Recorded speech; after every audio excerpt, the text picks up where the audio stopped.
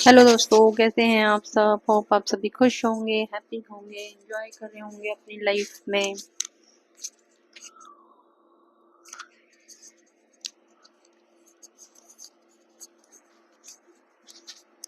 बहुत जरूरी होता है लोगों से व्यवहार करना। किस तरीके का व्यवहार आप लोग कर रहे होते हैं, ये सब आपके ऊपर ही डिपेंड करता है।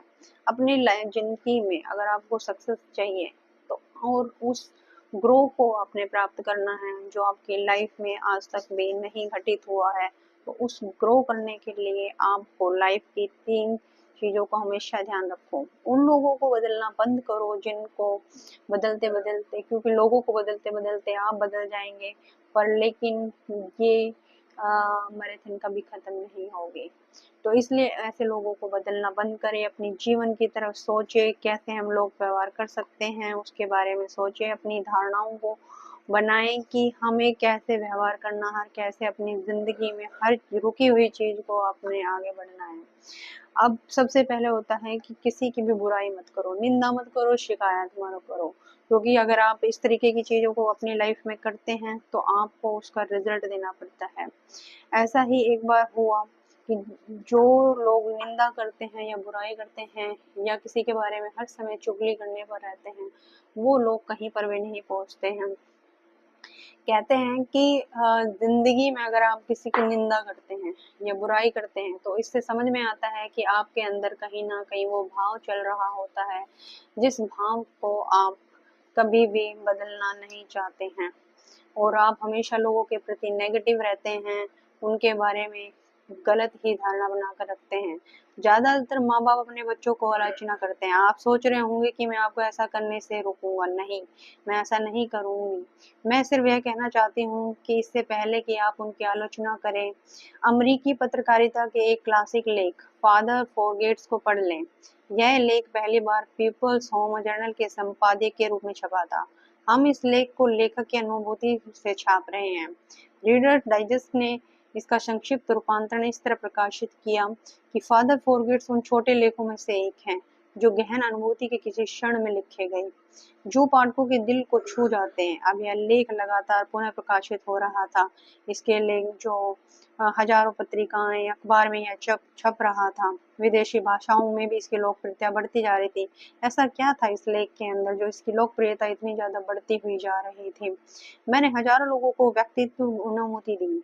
इसका प्रयोग स्कूल, चर्च, लेक्चर, प्लेटफॉर्म से लोग कर रहे थे। अगणित बार असंख्य कार्यक्रमों में, रेडियो पर। हैरानी की बात तो यह है कि कॉलेजों की जो पत्रिकाएं थी, हाई स्कूल की जो पत्रिकाएं थी, उन पर भी इसका बहुत ज्यादा वर्णन किया गया था। ऐसा क्या था, जब इस लेख को पढ़ा गया तो उसमें इस चीज के ऊपर बात की गई कि कोई भी मूर्ख बुराई कर सकता है, निंदा कर सकता है, शिकायत कर सकता है, और ज्यादातर मूर्ख यही करते हैं। परंतु समझने और साफ करने में के लिए आपको समझदार और संयमी होना पड़ता है। महान व्यक्ति छोटे लोगों के साथ व्यवहार करने में अपनी महानता दिखाते हैं, लेकिन छोटे लोग कभी इस तरीके का कार्य नहीं कर पाते हैं। कई बार एक छोटा सा लेख रहस्यमयी कारणों से क्लिक हो जाता है और यह सभी के ऊपर अपनी एक छाप छोड़कर जाता है।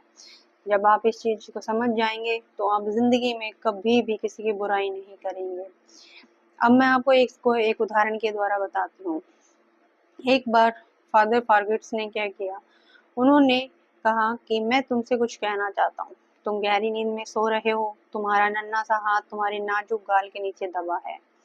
यह एक पिता अपने बच्चे को बोल रहा है, और तुम्हारा पसीना पसीना ललाट पर घुंघराले बाल बिखरे हुए हैं। मैं तुम्हारे कमरे में चुपके से दाखिल हुआ, अकेला।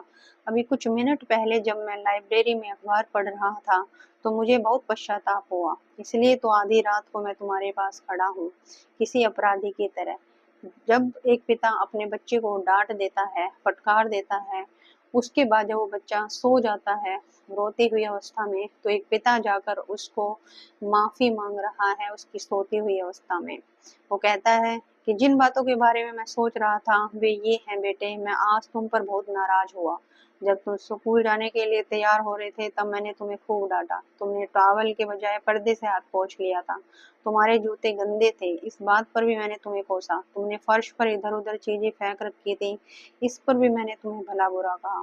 नाश्ता करते वक्त भी तुम्हारी एक के बाद एक गलतियां निकालता रहा। तुमने डाइनिंग टेबल पर खाना बिखरा दिया। खाते समय तुम्हारे मुंह से चपड़ चपड़ की आवाज आ रही थी। मेज पर तुमने कहानियां भी नहीं टिका रखी थी। तुमने ब्रेड पर बहुत सारा मक्खन भी चुपड़ रखा था। यही नहीं, जब मैं ऑफिस जा रहा था और तुम खेलने जा रहे थे तो तुमने मुड़कर हाथ हिलाकर बाय बाय डैडी कहा था। तब भी मैंने ब्रिकटी तान कर टोका कि अपनी कॉलर ठीक करो। शाम को भी मैंने यही सब किया। ऑफिस से लौट कर भी मैंने यही किया। मैंने देखा कि तुम दोस्तों के साथ मिट्टी में खेल रहे थे। तुम्हारे कपड़े गंदे थे, तुम्हारे मोजों में छेद हो गए थे। मैं तुम्हें पकड़ कर और तुम्हारे दोस्तों के सामने तुम्हें अपना अपमानित करता हुआ अंदर लेकर आया। मोजें महंगी हैं, जब तुम्हें खरीदनी पड़ेंगी तब तुम्हें पता चलेगा। जरा सोचो तो, एक पिता अपने बेटे को इससे ज्यादा दिल किस तरह दुखा सकता है। क्या तुम्हें याद है, जब मैं लाइब्रेरी में पढ़ रहा था तब तुम रात को मेरे कमरे में भी आए थे, किसी सहमे हुए बच्चे की तरह, और तुमने मुझे देखा और मैंने तुम्हें बिना आव देखा ना था, तुम पर झिड़क पड़ा। कभी तो चैन से रहने दिया करो। अब ये क्या बात थी? और तुम दरवाजे पर ठिठक गए। तुमने कुछ नहीं सुना, बस भागकर मेरे गले में अपनी बाह डालकर मुझे छुआ था। गुड नाइट कहकर चले गए थे। तुम्हारी नन्ही बाहों की जकड़न बता रही थी कि तुम्हारे दिल में ईश्वर ने प्रेम का ऐसा फूल खिलाया है कि जो इतनी उपेक्षा के बाद भी नहीं मुरझाया। और फिर तुम सीढ़ियों पर खट खट करके चढ़ गई। तो बेटे, इस घटना के कुछ ही देर बाद मेरे हाथों से अखबार छूट गया और मुझे बहुत ग्लानि हुई। यह क्या हो रहा है? गलतियां ढूंढने की, डांटने की, डपटने की आदत सी पड़ती जा रही है। मुझे अपने बच्चों के बचपने का भी यह पुरस्कार दे रहा हूँ। ऐसा नहीं है बेटे कि तुम मुझे और मैं तुम्हें प्यार नहीं करता हूँ। मैं एक बच्चे की जरूरत से ज्यादा उम्मीद लगा बैठा, क्योंकि मैं भूल गया कि तुम एक छोटे बच्चे हो और मुझे तुम्हारे से जो व्यवहार करना चाहिए वो व्यवहार मैं अपने से बड़ी उम्र के बच्चे की तरह तुम्हारे से कर रहा था। तुम इतने प्यारे हो, इतने अच्छे हो, सच्चे हो। तुम्हारा नन्हा सा दिल इतना बड़ा है जैसे चौड़ी पहाड़ियों के पीछे से उगती सुबह। तुम्हारा बड़प्पन इसी बात से नजर आता है कि दिन भर डांटते रहने वाले पापा को भी तुम रात को गुड नाइट किस देने आए। आज की रात कुछ और भी महत्वपूर्ण थी।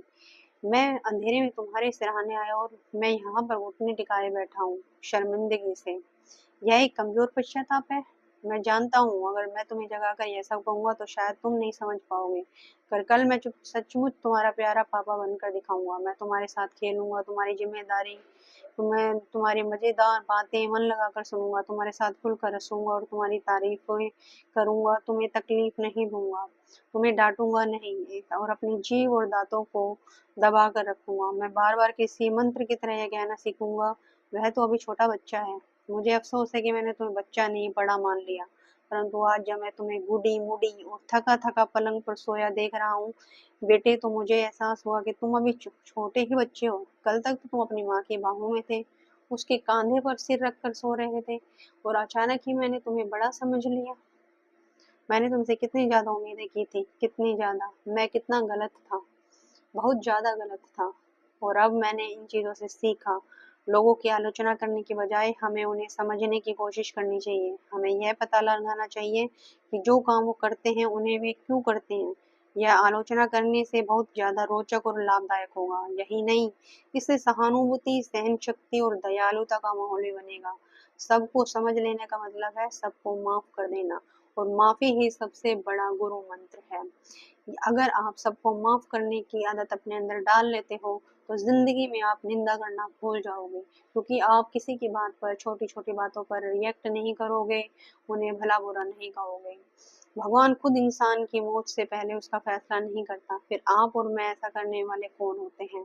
इसलिए बार बार यही चीजें कही जाती हैं कि किसी की बुराई मत करो, निंदा मत करो, शिकायत मत करो।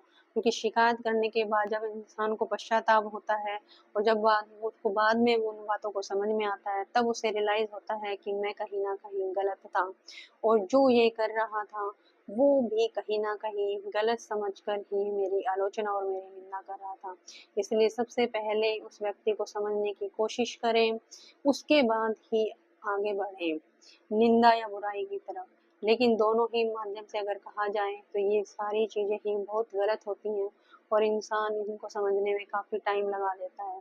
जब तक उसको ये सब बातें समझ में आती है तब तक बहुत देर हो चुकी होती है। इसलिए आज से ही सभी की बुराइयां करना छोड़ें, निंदा करना छोड़ें, सभी की आलोचना करना छोड़ें। अगर आपको कोई लग भी रहा है कि इसकी बुराई करनी चाहिए, तो उससे उसी क्षण माफ कर दें। माफ करने से आपके अंदर एक बड़ा भाव जागृत हो जाएगा और आप अपने आप को एक विशालकाय समुद्र की तरह समझना शुरू कर देंगे। मिलते हैं नेक्स्ट वीडियो में। आज से ही ध्यान रखें, ना किसी की बुराई करें, ना निंदा करें, तभी आपको जिंदगी में एक खुशी, सफलता और विकास की तरफ आप बढ़ पाएंगे। सभी को नमस्कार।